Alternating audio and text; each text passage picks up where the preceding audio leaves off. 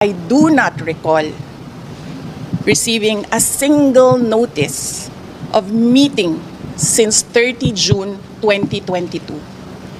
Therefore, I request the NSA to please send to me the notarized minutes of all meetings conducted by the Council from 30 June 2022, if at all there is any.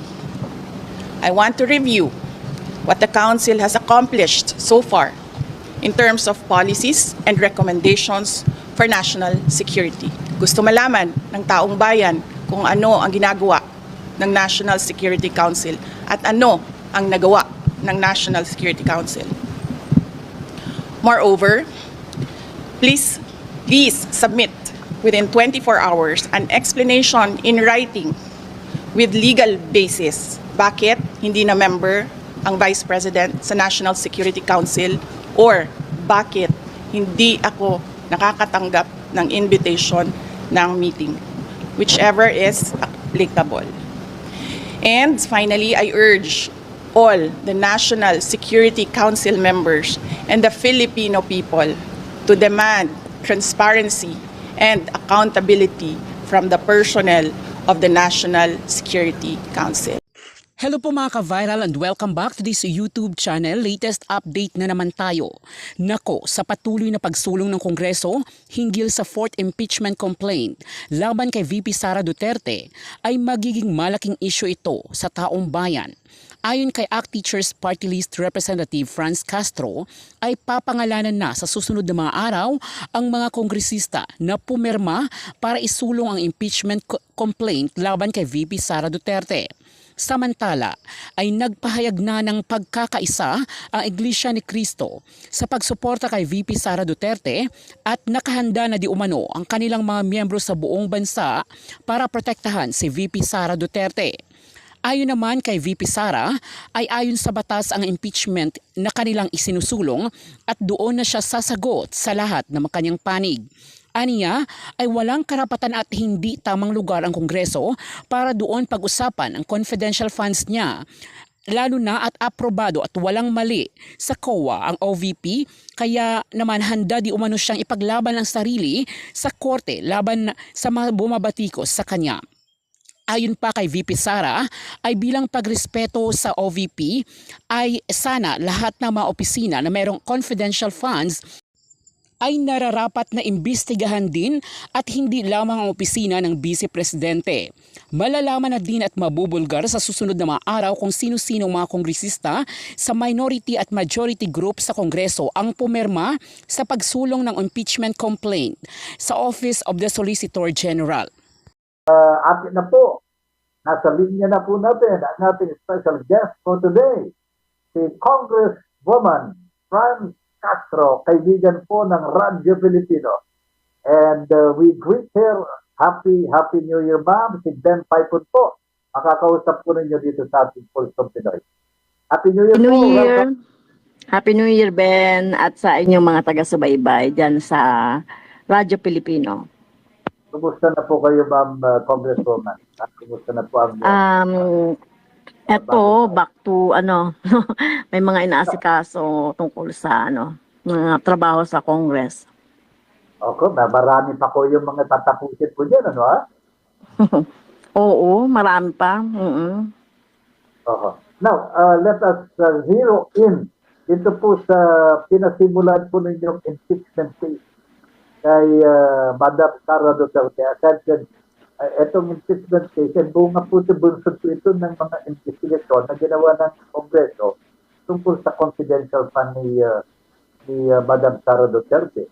Pero tatlong complaints na po ang nandyan sa Kongreso. Pero ano po ba ang status ito, Ma'am Franz? Yes, sa ngayon, Ben, yung tatlong impeachment complaint ay nasa office pa ni Secretary General dahil may ina-anticipate pa kasi na isa pang complaint, no? At sa balita natin ay sa Monday daw 'yan ifa-file doon sa office of the SecGen. Kaya apat na magiging apat na impeachment complaint na 'yan. At ang maganda rito sa pang-apat na impeachment complaint, kasi yung first three, mga minority block ang nag-endorse, no? Nasa minority block. So itong fourth complaint ay combination ng minority at saka majority, mga 10 to 12 na mga kongresista daw. Kaya inaantabayanan natin, no? Titingnan natin kung ito na ba yung last, no, na mga na impeachment complaint. Kung ito na yung last, baka pwede na si SecGen na mag-ano, no, isubmit niyan kay kay speaker for appropriate action. Meron po ba kayong mga pangalan na nasilip, na dinig, kung sino-sino ang mga ito na magpa-file ng fourth complaint, Ma'am Fran? Ben, unfortunately, hindi ako privy, no? Wala pa kaming alam kung sino-sino yan. Basta, ayaw nga sabihin ni SecGen, nung tinatanong ko. Basta sabihin, hintayin nyo na lang by Monday. Basta merong majority dyan. Kasi magandang signal ito kapag merong majority. So, ang ibig sabihin, parang, kumbaga, may nakikita tayong light, no? Na matutuloy itong impeachment na ito. At sana nga mapabilis. Ang ibig sabihin niya, Ma'am Fran, may basbas. Well, baka nga baka ganun kasi may majority. Alam mo naman dito sa Kongreso they work according to doon sa mga basbas ng kanilang mga party. May basbas ang leadership, etc. So, we will find out on Monday who are these colleagues na mag-endorse. But, Ma'am Fran, halimbawa, mag-file na nga po sa Monday itong fourth complaint. No? They file sa Kongreso sa Monday. How long will the Secretary General decide when to pass it to the Senate? Meron po bang tinatawag na... Yes, opo. From the Secretary General po, no, kung maipapasa na po yan sa Speaker, so merong 10 days to endorse, para actionan yan, 10 days, session days, na actionan yan, going to the Justice Committee. No, kasi 4 na complaint yan Pero kung mapag-aralan ng Justice Committee, halimbawa i-consolidate agad bago magpulong ang Justice Committee at yun na yung i-endorse ng Justice Committee at pipirmahan na yan ng 1/3, no? At least 1/3 ng numbers of the members of the House of Representatives. Yun na po yung pinakamabilis na proseso diyan po. How about yung po pinasimulan po ninyong signature campaign, Ma'am Fran, sa mga members Yes, of... oo. Pwede pong mag-consolidate. I-consolidate namin 'yon with the consolidated complaint or yung articles of impeachment na pwede naman tong 4 na ito. Alam mo, ano ba yung mga common dyan? Betrayal of public trust. Yung sa amin kasi isa lang naman yung aming ground 'di ba, yung betrayal of public trust na merong tatlong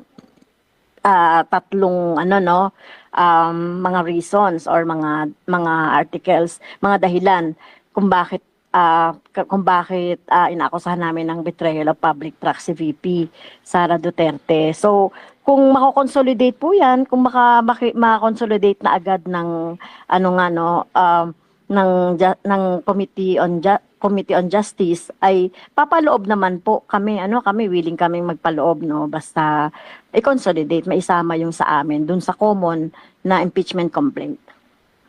Ma'am Friends, yung sinabi po ninyong 10 days, 10 days for the Justice Committee to decide on what to do. Opo. Pag nakapunta na kay speaker yan, hindi naman yan dapat napatagalin pa kung mayroon kung sisimula na yung proseso. At ito within 10 days ay magawan na po ito ng ng decision. 10 days pwede nang ipasa sa Senado. Opo, basta nakakuha na po tayo ng na-consolidate na at nakuha na po yung required number of members. Opo. I see. Okay, okay. Alright po, ma'am. Yan na lamang po natin yung kung ano man po ang magiging kapasyahan po ng Kongreso tungkol dito. At hintayin po natin yung pang-apat ng case na isasampa daw po sa Lunes. Ma'am Fran, one last thing. Nabasa na po niyo siguro itong ginawa po ng Teachers Dignity Coalition. Tinawag po yung pinirmahan ng Pangulong Marcos na 2025 national budget na unlawful for lumping the budget of the Department of Education to other agencies. Na meron naman po sariling mga agencies na may budget na po para sa kanila. Ma'am, ano po ba ito? Ano po talaga? Well, totoo po yun, no? So, kami din merong of the position na dapat itong, halimbawa, itong nilagay nila doon ng mga academy na under ng DILG, under ng National Defense, ng AFP, ng mga academy. Iba po kasi ang mga purpose nito. Pag sinabi po nating budget ng education, ito ay usually sa basic education lang at saka sa mga tertiary level, sa mga state colleges and universities.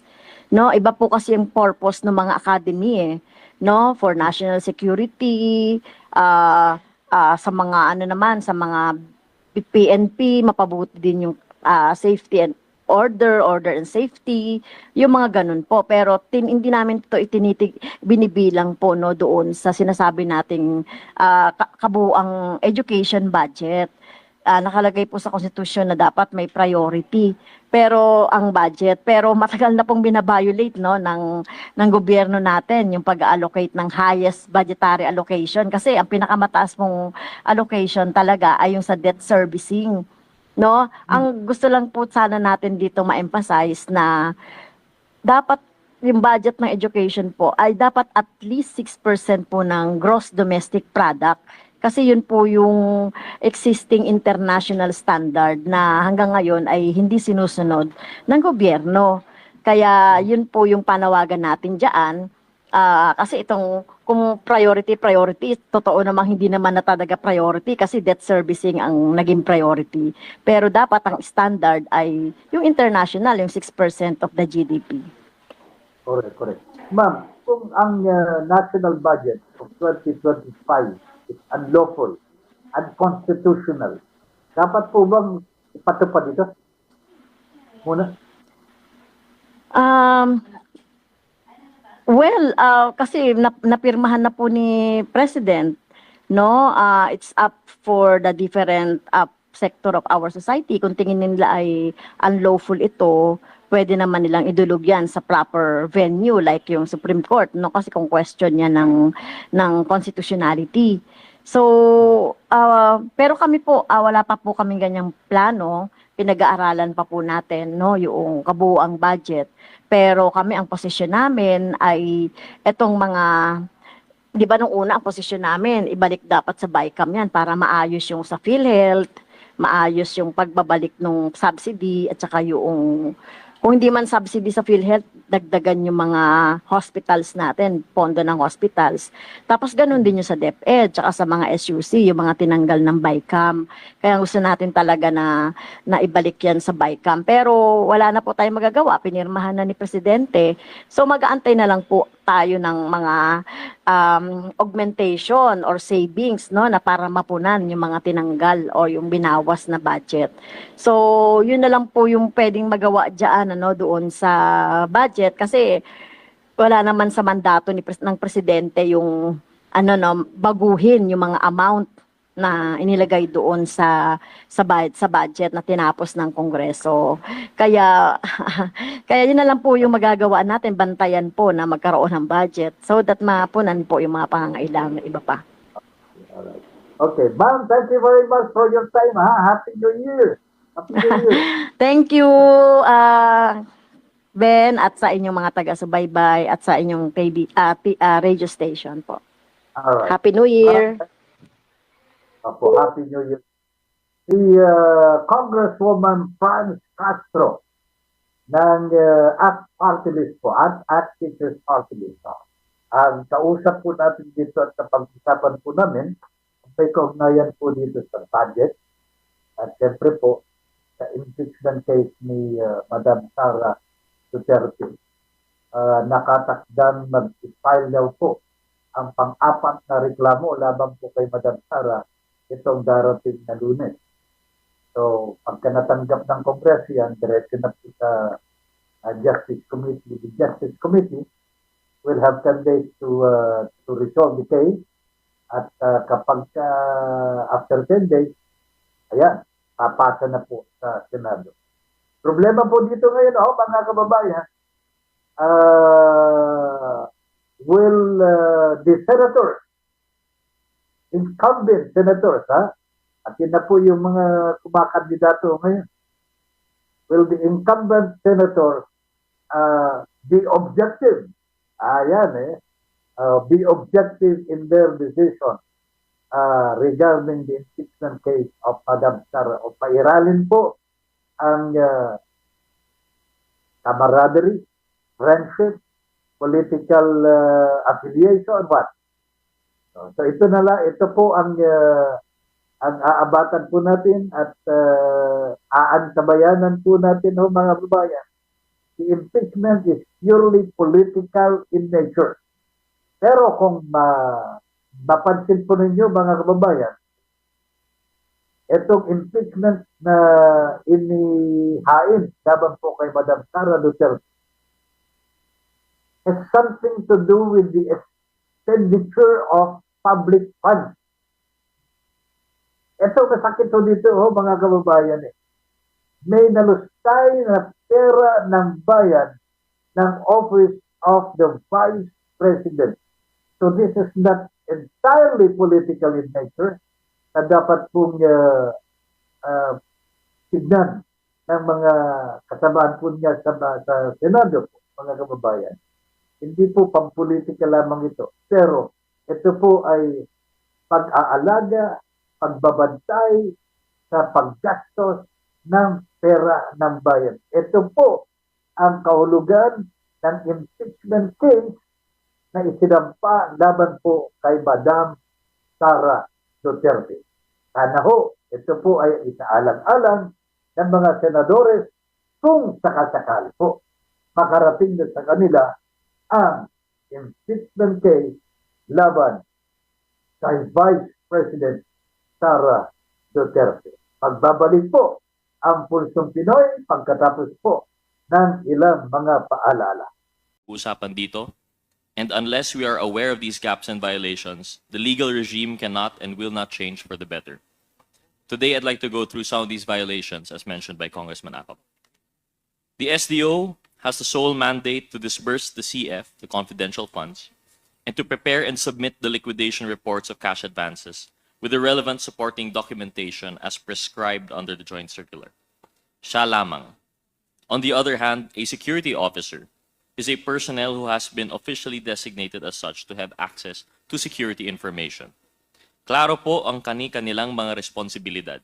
Ang SDO po ang sa disbursement o ang sa pagbibigay ng pera. Ang SO naman, yung security officer naman, ay binibigyan lamang ng access sa impormasyon.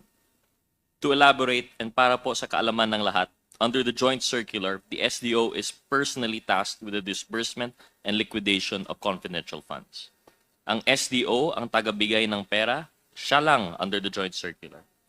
Natural lang po ito dahil ang SDO ang isa sa mga accountable officers or those public officers personally accountable when something goes wrong with respect to the utilization or disbursement of these confidential funds.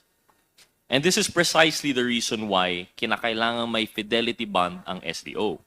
The fidelity bond is there so that if anything happens to the funds while it is in the custody of the SDO, sigurado na may maibabalik pa rin na pondo to the government through the bond and for the security of the taxpayers. Yung head of agency is also personally tasked to oversee the agency-wide use and disposition of confidential funds. Siya rin ang nag-a-appoint ng SDO. Because of the functions that burden the head of agency, the head of agency is also an accountable officer. Sa makatuwid, yung SDO po yung inaatasan ng batas natin na humawak at siguraduhin mapunta ang confidential funds sa naaayon na confidential expenses allowed under the Joint Circular. Hindi niya pwedeng i-delegate ang custody ng confidential funds dahil siya ang mananagot rito. Hindi niya pwedeng iutos sa iba.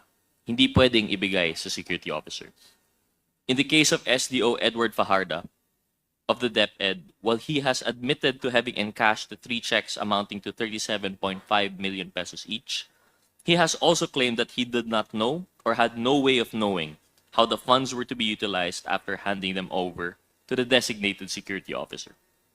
Mr. Fajardo stated that since it was Colonel Nolasco who is the expert in confidential operations, it was Colonel Nolasco who supposedly made the disbursements of the confidential funds in different localities. It begs the question, sino po ba ang totoong special dispersing officer?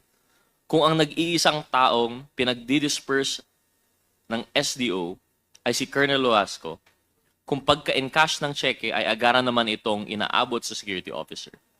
Whatever happened to Mr. Fajardo being an accountable officer under the Joint Circular? Kung wala siyang slightest idea kung saan napupunta o kanino ibinibigay ang confidential funds? Is his role in this entire process simply ministerial? We beg to disagree. Mr. Fajardo is not just a simple bagman that would withdraw the funds and turn over to the security officer. His role, as material as it is, carries with it discretion.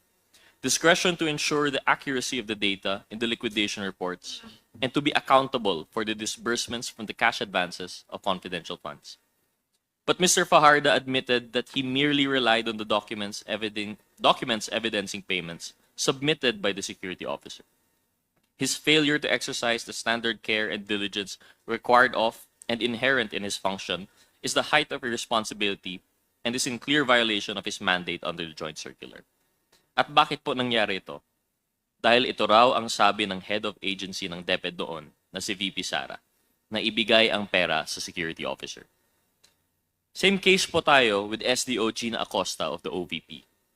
Ms. Acosta also admitted that the utilization and payment of the confidential funds involves her handing over the money to a security officer per the instruction of no less than head of the agency, Vice President Duterte.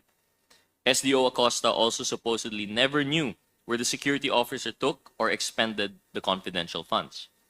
She has only testified on the basis of the information supposedly fed to her, without certainty as to who are the actual recipients or payees of the confidential funds, whether they are even actual persons. In the past hearings, it has always been made to appear that Ms. Acosta for OVP and Mr. Fajardo for DepEd would have the most knowledge as the SDOs of the confidential funds. And we have always been made to believe that it would be the two of them who would be able to shed light on the discrepancies flagged by the COA and the other erroneous and false matters po na didiscover po namin through these hearings.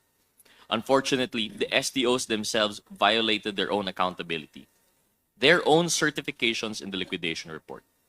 With them disclaiming knowledge kung saan or kanino ba talaga pumunta ang bawat sentimo ng confidential funds, they violated a particular responsibility under item 4.15.1 of the Joint Circular, where they are supposed to certify at least 2 things: na sila ang accountable for the disbursements of confidential funds, and that the expenses were incurred in connection with the agency's confidential activities.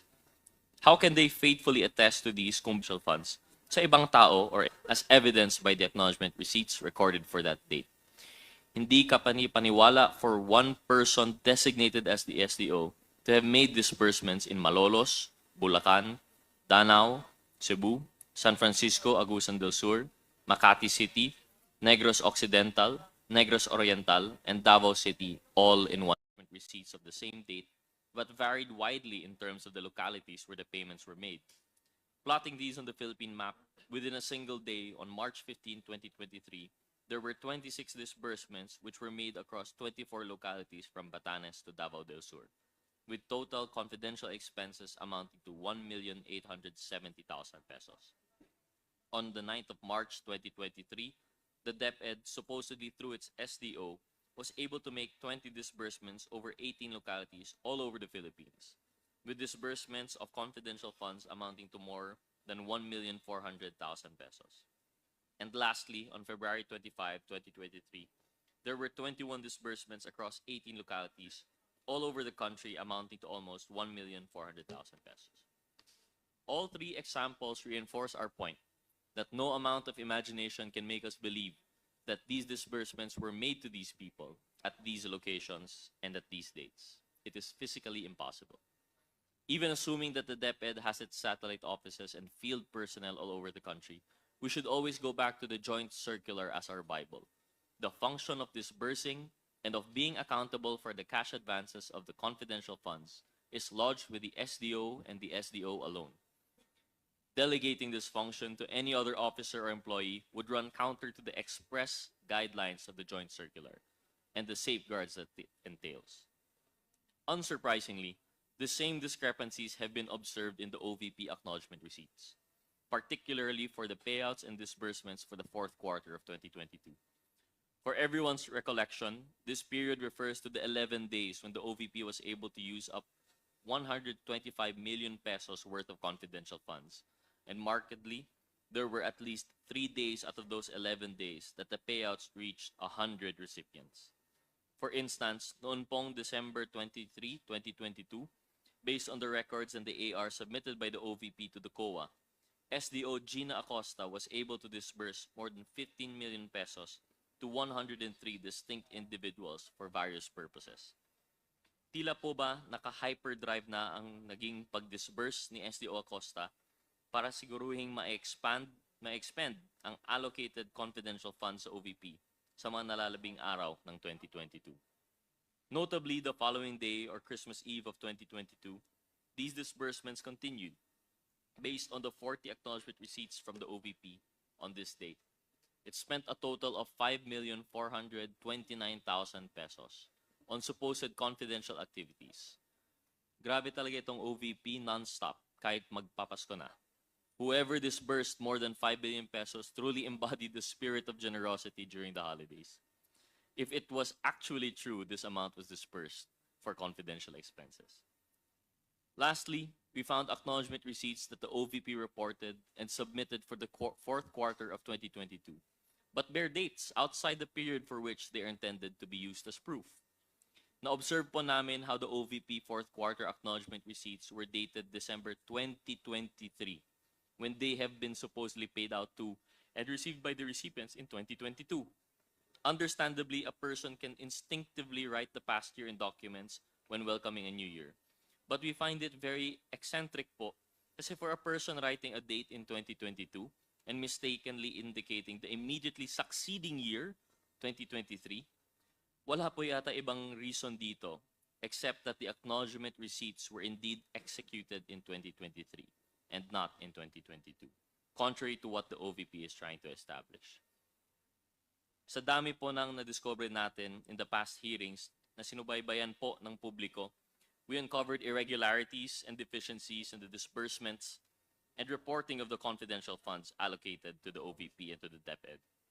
This has been an extremely insightful exercise of our mandate as we were able to examine the sufficiency of our current legislation and how this current legislation safeguards us from potential misuse and abuse of public funds, as well as the potential malfeasance, misfeasance, and nonfeasance in the office by officers and employees of the government. Our task does not end here. It is now our duty to craft legislation that will protect the public coffers and ensure that they are not used and abused by public servants for their personal agenda. With that, Mr. Chair, I conclude my part of the hearing. Thank you, Paul. Thank you, Congressman Gutierrez. Next is Congressman Zia Alonto Adjong. Thank you, Mr. Chairman. Bismillahirrahmanirrahim. Assalamualaikum warahmatullahi ta'ala wa barakatuh. Mr. Chairman and fellow members of this honorable committee, to my fellow Filipinos who are watching right now, what we have witnessed in the past 7 hearings before this Committee on Good Government and Public Accountability of the House of Representatives has left us with more questions than answers. Ang mga tanong po natin dito, hindi nakukuha ang kakulang sagot. Bagkus, nanganganak pa ng maraming tanong. But one thing, Mr. Chairman, is extremely clear to this representation. Tayo po ay na-scam sa pamamagitan ng libu-libong acknowledgement receipts na basta-basta lamang dinoktor or gawa-gawa lamang. Mr. Chair, almost 5,000 acknowledgement receipts of dubious origin, kapalit ang 612.5 million pesos na confidential funds na basta-basta lang naglaho mula sa kaban ng bayan sa ilalim ng pamumuno ng ating Vice Presidente. Mr. Chair, 612,500,000 pesos o mahigit kalahating bilyon. Mr. Chair, ito po ang pondo ng bayan na nawala o hindi ma-explain mula lamang December 2022 hanggang September 2023. 9 na buwan lamang po, Mr. Chairman. Sa ganitong halaga, halos budget na po ng isang buong ahensya para sa isang buong taon ang pinag-uusapan po dito. Pinaglaruan po tayo? Niloko ho ba tayo? O pinaglaruan po ang publiko pagdating sa kanilang pondo? Mr. Chairman, sa item 4.12 ng Joint Circular, ang requirement po sa government agencies na nagdi-disperse ng confidential funds is to submit documentary evidence of payment upon the liquidation at the end of the period for which it was allocated. These documents, Mr. Chairman, are to be submitted to the Intelligence and Confidential Fund Audit Unit of the Commission of Audit, who shall then audit these documents. In fact, upon the submission of the liquidation report to ICFAO, a certification signed by the head of agency and its Special Disbursement Officer, or SDO, stating that the expenses were incurred in connection with the agency's confidential expenses and activities with supporting documents and documentary evidence of payment is needed, Mr. Chairman. As the name suggests, evidence, ebidensya,